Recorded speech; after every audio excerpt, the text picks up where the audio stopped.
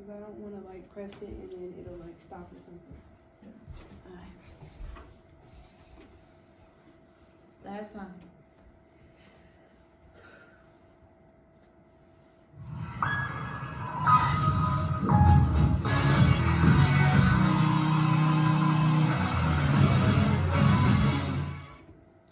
Hey guys, it's Julia Trujillo and Shay Jackson here with ESPN Sports Center. Welcome back.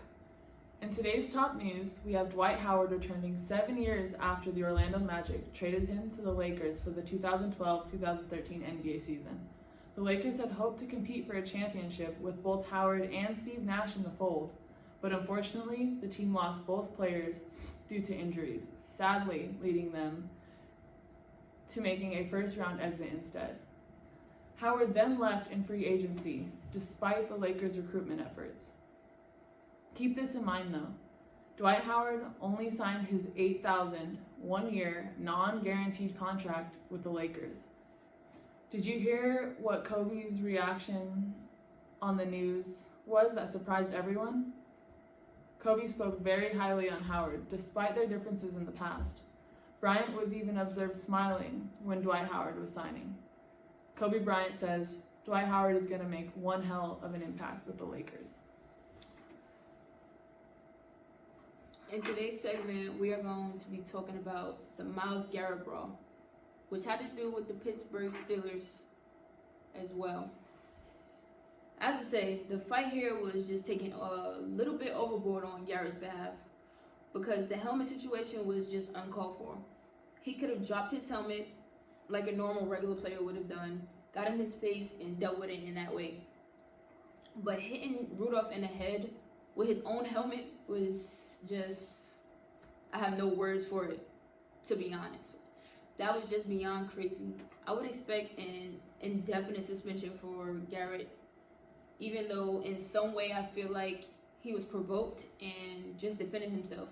If you really look back at the film, Rudolph was actually tugging and scratching Garrett through his helmet and trying to pull his helmet off as well, while also looking at Dolph's left leg, kicking Garrett in his groin. They were going at it all night, and it happens all the time. We see these types of fights all year round when a helmet comes off. But for Myles and Mason, they both really need to understand that they are both part of a big fraternity. I don't know if Rudolph provoked the situation, I don't care, but Myles could have done damage to Mason. The first words that came to my mind when I saw the film was, watch. Many people continue to say it was part of the game, and to be honest, that's BS. Especially if you was once a part of a team or played in the sport. There's boundaries, period. Yes, the game is aggressive, it's supposed to be, but to a certain extent, it's not normal. If the top of that helmet would have came down on Mason's head, I promise you, we all would have been watching on live TV, someone's head split open. Or who knows, you can't do that. He needs to sit for the rest of the season, period. Have you heard about the big talk, the big news, the big comeback? Carmelo Anthony strikes everyone with a surprising comeback and a new team for the 2019-2020 season. After one season at Syracuse, Anthony entered the 2003 NBA draft. He was selected with the 3rd overall pick by the Denver Nuggets, and later playing for Golden State and a couple other very, very talented teams in the NBA during his career season. Obviously an amazing player, and the Denver Nuggets jersey always looked good on him. But as Carmelo Anthony says, change is good. It will always be the good you make of the change. Anthony has played in the Olympics for the U.S. national team a record of 4 times, winning a bronze medal with the 2004 squad and a gold medal on the 2008, 2012, and 2016 Olympic teams. As of April 2016, he was the U.S. Olympics team's all-time leader in points. After a 376-day absence, Carmelo Anthony returned to the NBA starting for the Portland Trailblazers on Tuesday's game against the New Orleans Pelicans. Anthony was wearing a very unfamiliar jersey number, 00. I and many others are very excited to see what Carmelo does this year. Colin Kaepernick. His workout went from the Falcons facility to the Atlanta area high school. 8 teams attended, and in front of the area were 3 anti-protesters. So far, there's 2 teams seriously interested in signing Colin Kaepernick. They said he could be signed to a team by the end of this month. Wow. The teams in total at first were 11. They had the Patriots, Giants, Browns, Dolphins, Broncos, Lions, Cardinals, Redskins, Jets, Bucks, Falcons. The NFL was on top of him hard, trying to get him to sign away his rights. Let's dive into Harden's historic scoring stretch to start the 2019-20 season, to put both the Houston Rockets' name and city on the map, putting them in the top 3 rankings this week.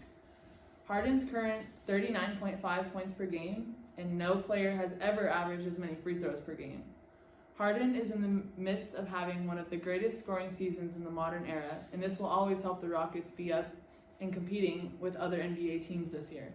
Maybe even beating those teams that they would barely fall short to in the previous seasons. Though James Harden is the face of the team, Russell Westbrook will help out too. Both Westbrook and Harden, along with the rest of the Rockets, will look to continue stacking W's in the win column as they head into November.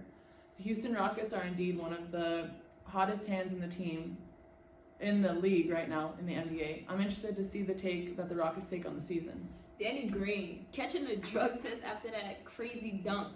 Now, there ain't no drug in the world that's going to help you do that. If so, don't you think us females bowlers would have been caught onto that and took what Green took? I ain't seen him get up like that before in a minute. Even got out of his seat. Like, I got out my seat. Like, what? Because he just don't usually pull those types of dunks, you know? I mean, that was ridiculous. Let's look at it again. Drug testing him wasn't the NBA's behalf. It was just, I don't know. I bet Danny Green he wasn't on that list. He wasn't even expecting it, to be honest. They have it out for the Lakers, I think. Did you hear about the list of players suspended in the Steelers vs. Browns game, along with what you were saying? With the Steelers facing a 21-7 deficit and just 14 seconds left in the game, Rudolph threw a pass to Trey Edmonds on the 3rd and 29 that gained 11 yards before Edmonds ran out of bounds just after Rudolph released the ball. Garrett wrapped him in a bear hug and continued to play, eventually wrestling the quarterback to the ground. An altercation between the Browns pass rusher, Myles Garrett, and Steelers quarterback Mason Rudolph escalated when Garrett swung Rudolph's helmet at his head, causing the fight to break out between the teams that ended in multiple ejections. The 2 players continued to roll around, fighting on the ground, and when both started to get to their feet, Garrett ripped Rudolph's helmet off his head as the Steelers guard, David Castro, tried to push him away from the quarterback. Once Rudolph got back to his feet, he continued to pursue Garrett, who swung Rudolph's helmet around to Castro, landing a blow to Rudolph's head. Offsetting penalties were called on Garrett. Pouncey, and Agujabi, with all 3 players also being disqualified from the game. Garrett's actions drew punishment not only from the Steelers players after the game, but his own teammates and others around the league as well. Robert Covington takes a shot under the rim. I really thought Covington was hurt for a second until he just got back up. He stays on the floor while the Jazz are going down on offense. He gets up and bam, takes the charge against Ruby Gobert. I liked it. I really thought he was hurt. I really brought it. So that's cherry picking, many would say. Who cares?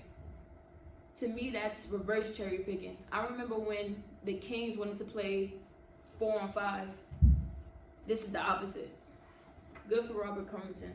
That's sacrificing. I really thought he was hurt, but he just wanted to lay one on Gobert. Someone go buy this man dinner. He sacrificed his little body. Next up, we have 7-time NASCAR champ Jamie Johnson to retire after the 2020 season. The 7-time Cup Series champion will retire at the end of the 2020 season when his contract with Hendrick Motorsports is up.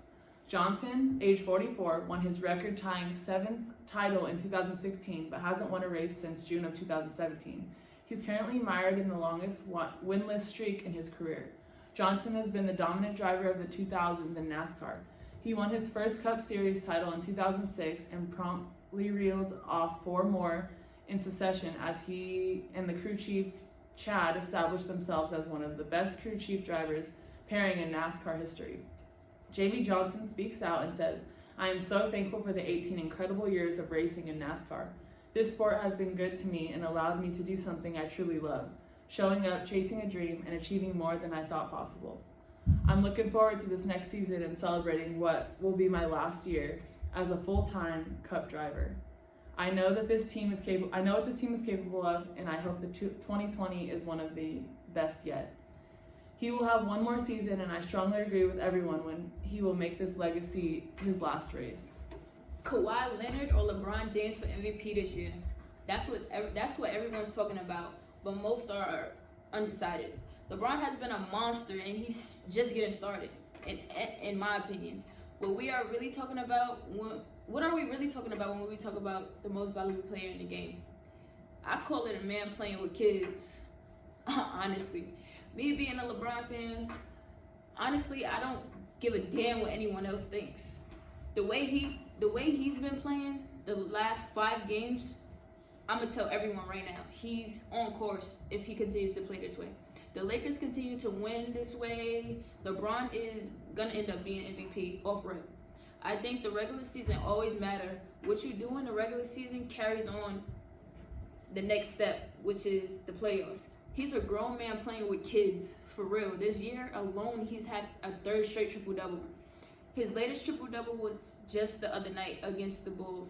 James had 30 points, 10 rebounds, 11 assists, taking the W, 118 and 112. James is going to be the 35 years old age next month. He's averaging 26, 10, and 11. Like I said before, he's had 3 straight triple-doubles. He's the GOAT. He's the king in the NBA. Thanks for tuning in, guys. We'll see you guys next week on the ESPN Top 10.